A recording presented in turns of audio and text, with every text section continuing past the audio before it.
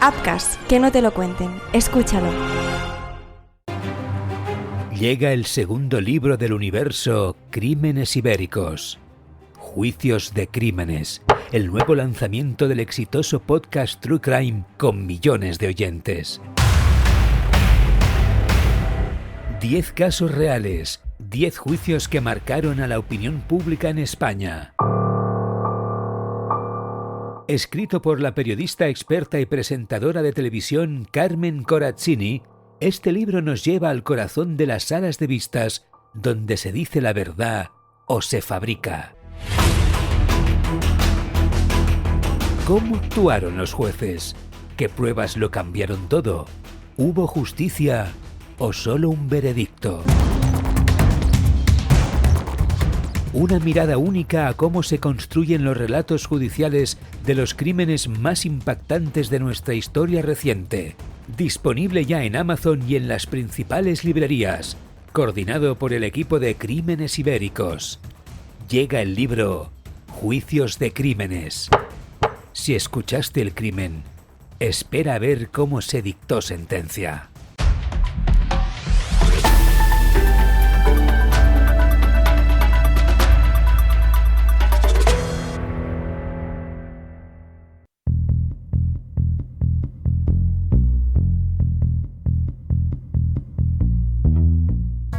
El puerto de Palma tiene esa belleza engañosa de los lugares que parecen hechos para que nunca ocurra nada malo.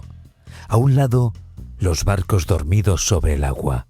Al otro, el paseo marítimo, los turistas, las terrazas, el rumor de los motores y el Mediterráneo extendido como una promesa de calma.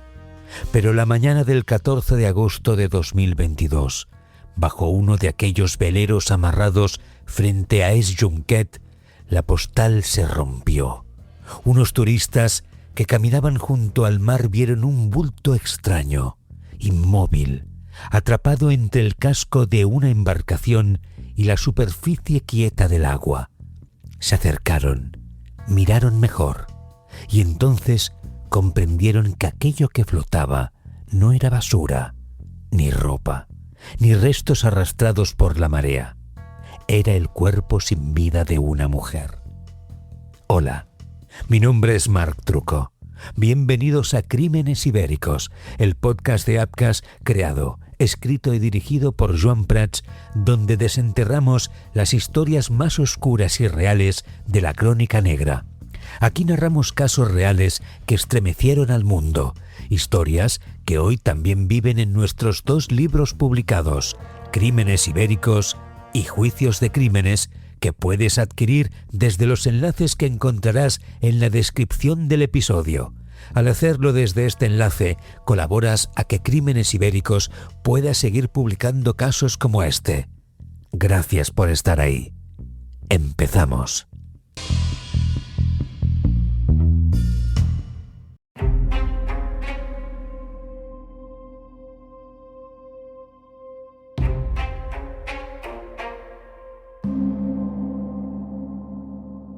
Al principio, nadie en el paseo quiso creer lo que estaba viendo. La escena tenía algo de irreal. Era mediodía, o casi. Palma estaba despierta, luminosa, ocupada en esa rutina turística de agosto en la que todo parece tener un ritmo propio. Maletas con ruedas, gafas de sol, piel quemada, idiomas mezclados, camareros cruzando entre mesas, parejas mirando los yates como si fueran escaparates de otra vida. Y sin embargo, allí, entre barcos amarrados, a pocos metros de la ciudad que seguía funcionando, una mujer flotaba en silencio. Los turistas dieron aviso. En pocos minutos, el paseo marítimo dejó de ser un decorado de vacaciones y se convirtió en un perímetro policial. Llegaron agentes de la policía local, de la Policía Nacional, de la Policía Portuaria y de la Guardia Civil. Después, los especialistas del Grupo Especial de Actividades Subacuáticas, los GEAS, se encargaron de sacar el cuerpo del agua. La mujer estaba junto a un velero, parcialmente oculta por la embarcación, como si el puerto la hubiera retenido ahí durante horas, apartada de la mirada de quienes pasaban caminando. No llevaba documentación visible que permitiera identificarla de inmediato. No había un grito previo, ni una denuncia reciente, ni una escena evidente de violencia que señalara desde el primer minuto hacia un crimen. Solo un cadáver en el mar. Y en los cadáveres hallados en el agua, la primera pregunta suele ser siempre la misma. ¿Cayó viva o ya estaba muerta cuando llegó al mar? Aquella pregunta, que parecía técnica, acabaría marcando toda la investigación.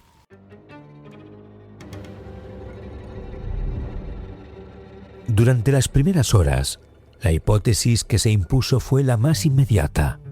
Suicidio, accidente, caída fortuita. No era una conclusión definitiva, pero sí una posibilidad razonable ante la falta de señales externas de violencia. El cuerpo no mostraba golpes claros, heridas visibles o signos evidentes de una agresión. El puerto, además, es un lugar lleno de bordes, pantanales, escalones, embarcaciones, rincones oscuros y zonas donde una persona afectada por el alcohol puede perder el equilibrio. En una noche de verano, después de beber, una caída al agua podía parecer una explicación sencilla. Demasiado sencilla. Los investigadores, sin embargo, pronto empezaron a detectar detalles que no encajaban. La mujer no parecía tener una relación clara con aquella zona. No era su lugar habitual. No había indicios de que frecuentara aquel punto del paseo marítimo. Tampoco había un contexto conocido que apuntara con fuerza a una decisión suicida. Su madre, cuando fue localizada, negó de manera tajante esa posibilidad. No reconocía en su hija una voluntad de desaparecer ni de acabar con su vida. Aquella negativa familiar, por sí sola, no podía desmontar una hipótesis policial, pero sí obligaba a mirar con más cuidado. La víctima fue identificada como una joven colombiana que residía en Palma con familiares. En las primeras informaciones se habló de una mujer de unos 30 años. Después, algunas fuentes concretaron que tenía 25. Era una mujer joven, migrante, instalada en una ciudad donde tantas vidas se cruzan sin dejar rastro. Trabajadores temporales, turistas, camareros, empleados de ocio nocturno, personas que llegan buscando una oportunidad y que, a veces, solo existen para los demás cuando ocurre una tragedia. La noche anterior había estado en locales de Palma. Había bebido, había bailado, había hecho lo que hacen miles de personas una noche de agosto en una ciudad turística: moverse de un sitio a otro, entrar y salir, hablar con desconocidos, dejarse llevar por una noche que parece inofensiva hasta que deja de serlo. La investigación empezó a reconstruir esas últimas horas. Los agentes buscaron cámaras. En un puerto y en un paseo marítimo siempre hay cámaras, de locales, de accesos, de embarcaciones, de seguridad privada, de edificios, de instalaciones portuarias. Cada una ofrece apenas un fragmento, un ángulo incompleto, un tramo de calle, una silueta, una hora. Pero cuando se juntan, esas imágenes pueden reconstruir el mapa de una noche. La Guardia Civil empezó a seguir el rastro de la mujer hacia atrás. ¿Dónde estuvo? ¿Con quién habló? ¿En qué momento dejó de ser vista por unos y empezó a aparecer junto a otros? Las imágenes acabaron conduciendo a un punto clave, un local de juego, un punt de joc, donde la víctima habría coincidido con un hombre. Allí, según las pesquisas, se conocieron aquella noche, bebieron. Después ambos se dirigieron hacia la zona del puerto. La cámara no contaba todavía una historia completa, pero mostraba algo esencial. La mujer no caminaba sola hacia el pantalán, iba con un hombre. Aquel hombre sería identificado meses más tarde como Miguel S.M., un ciudadano colombiano de 31 años. En ese momento, sin embargo, no era todavía un nombre para la investigación.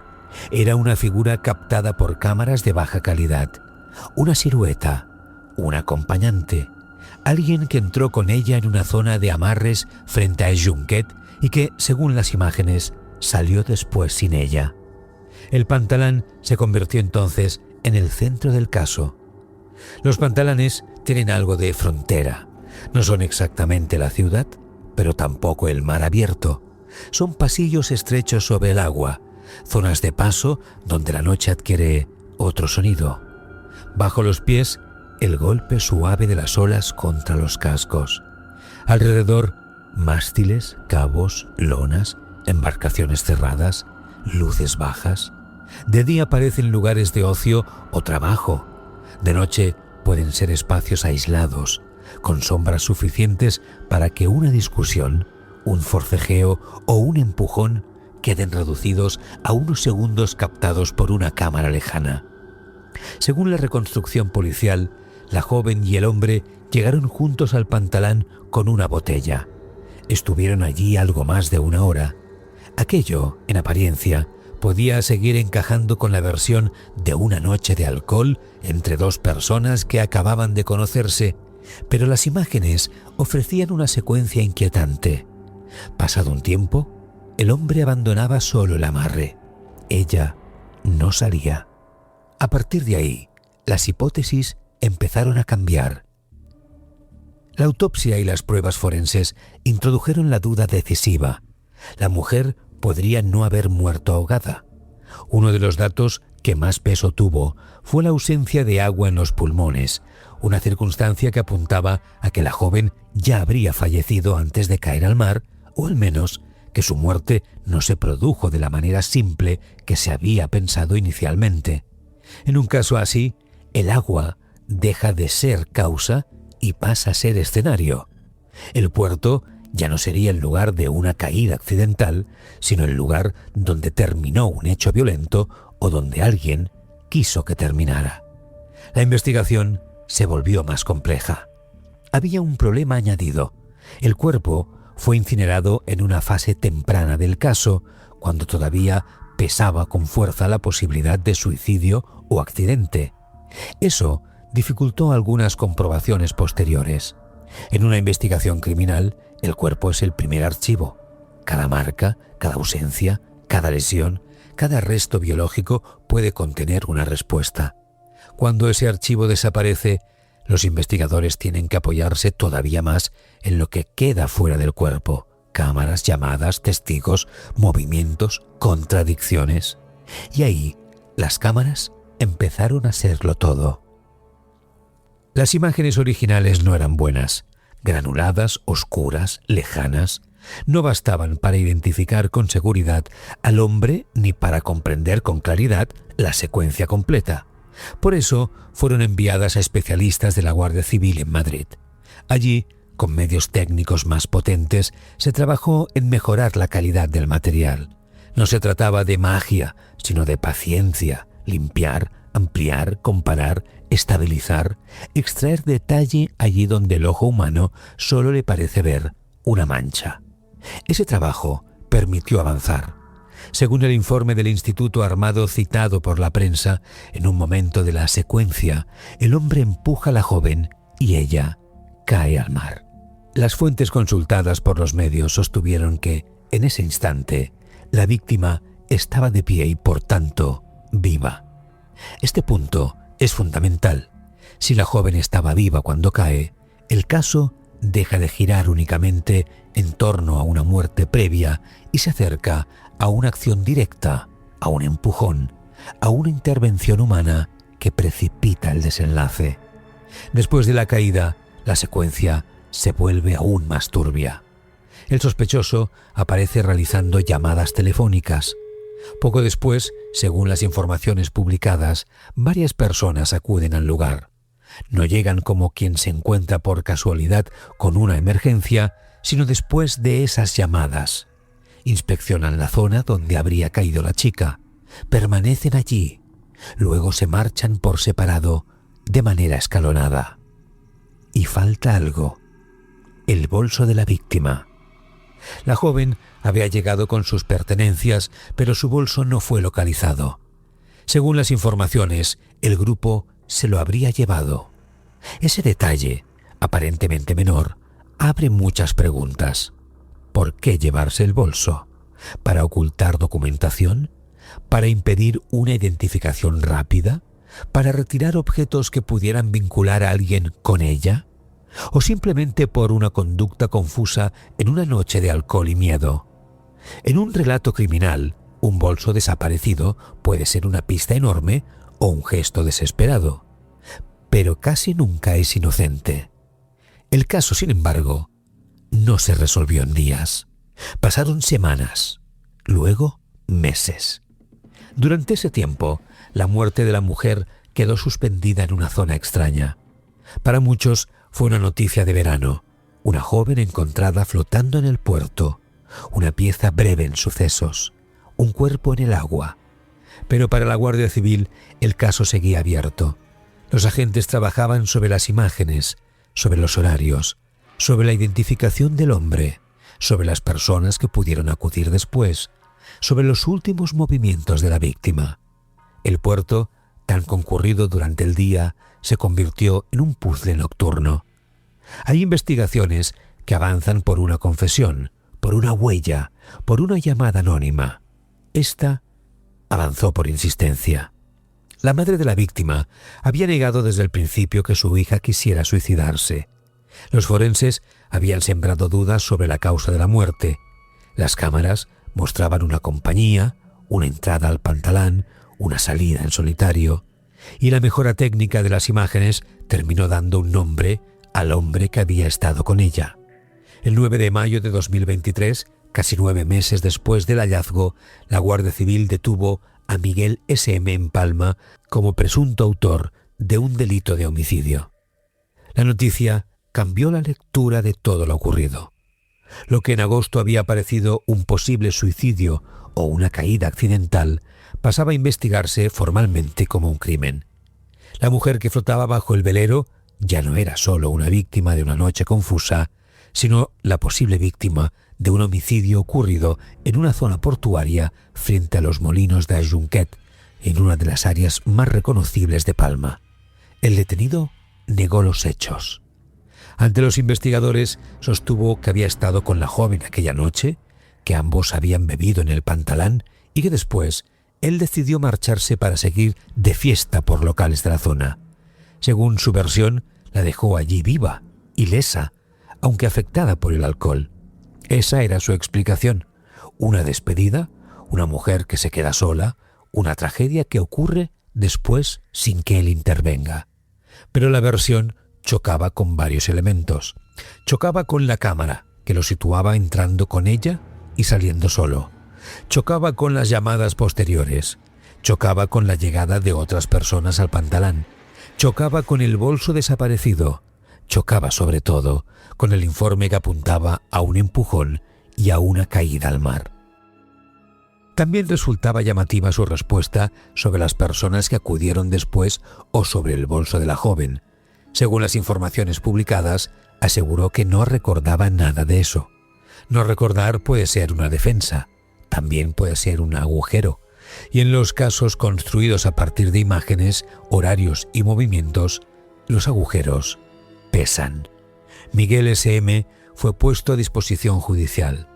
La jueza de guardia acordó su ingreso en prisión comunicada y sin fianza. La decisión no equivalía a una condena, pero sí revelaba la gravedad con la que el juzgado valoraba los indicios. La prisión provisional se justificó para evitar riesgo de fuga, destrucción de pruebas o posibles coacciones a testigos.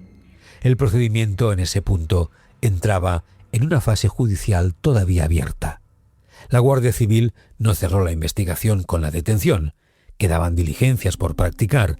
Uno de los objetivos era identificar y tomar declaración a las 3 personas que, según las imágenes, acudieron al pantalán después de la caída de la mujer. Su papel podía ser muy distinto. Testigos, encubridores, personas avisadas por miedo, acompañantes que llegaron tarde, individuos que participaron en la retirada de objetos. La investigación debía aclarar si solo vieron, si ayudaron, si ocultaron o si formaron parte de una secuencia más amplia. Porque ese es uno de los puntos más inquietantes del caso. La muerte no termina con la caída. Después de que la mujer desaparece en el agua, hay llamadas, hay llegadas, hay inspección del lugar, hay una marcha escalonada, hay un bolso que no aparece, hay, en definitiva, una actividad humana alrededor de una persona que acaba de caer al mar y que terminará siendo encontrada horas después por unos turistas. Si alguien cae al agua accidentalmente, se pide ayuda. Si alguien se suicida y otro lo ve, se llama a emergencias. Si una persona desaparece en el mar ante tus ojos, el reflejo lógico es gritar, correr, buscar, llamar al 112, pedir auxilio, remover el puerto entero hasta que alguien la saque. Aquí, según la investigación conocida, eso no ocurrió. Y esa ausencia de auxilio es casi tan elocuente como cualquier imagen. La mañana siguiente, cuando los turistas ven el bulto flotando, el puerto ya ha tenido horas para devolver el cuerpo. La mujer no aparece en mar abierto, arrastrada por una corriente lejana. Aparece junto a los barcos, cerca del lugar donde habría caído. Como si la escena se hubiera quedado esperando a que alguien ajeno a la noche anterior la descubriera.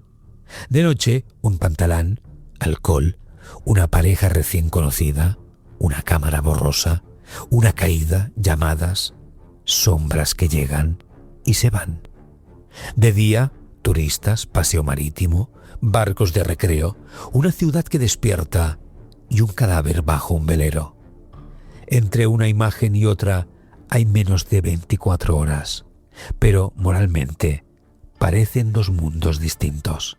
La investigación también habla de algo frecuente en la crónica negra contemporánea, la fragilidad de las primeras hipótesis. Cuando un cuerpo aparece sin signos claros de violencia, la explicación más sencilla puede imponerse demasiado pronto. Suicidio, accidente, ahogamiento. Pero la verdad, en ocasiones, está en lo que no se ve, en el agua que no entró en los pulmones, en el lugar que la víctima no frecuentaba, en una madre que insiste en que su hija no habría hecho eso, en una cámara que al principio no sirve y meses después se convierte en la llave del caso. La muerte de esta joven colombiana pudo quedar archivada en la memoria pública como un suceso triste y confuso de verano. Un cuerpo en el puerto, una mujer sin nombre para la mayoría, una nota breve entre noticias de temporada. Pero la Guardia Civil siguió tirando del hilo hasta transformar la pregunta inicial.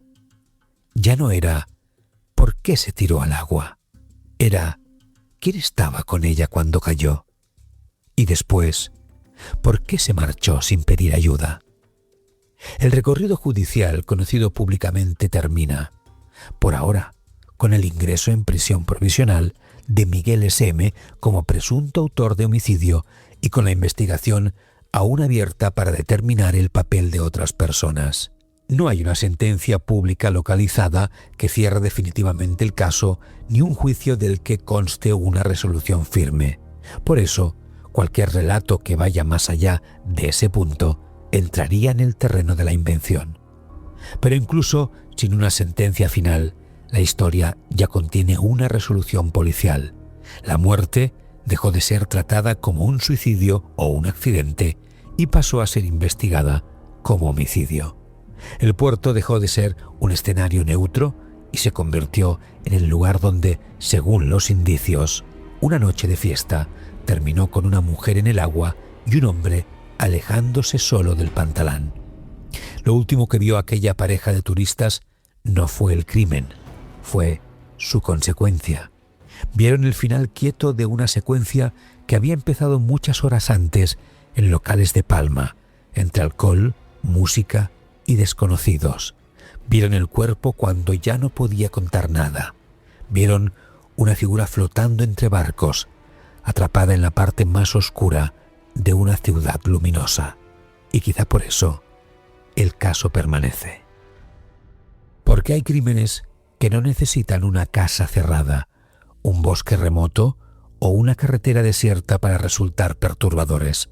A veces basta un puerto lleno de vida, un velero amarrado, una cámara que tarda meses en hablar, una madre que no acepta la explicación fácil y una mujer joven, lejos de su país, encontrada bajo la falsa calma del Mediterráneo.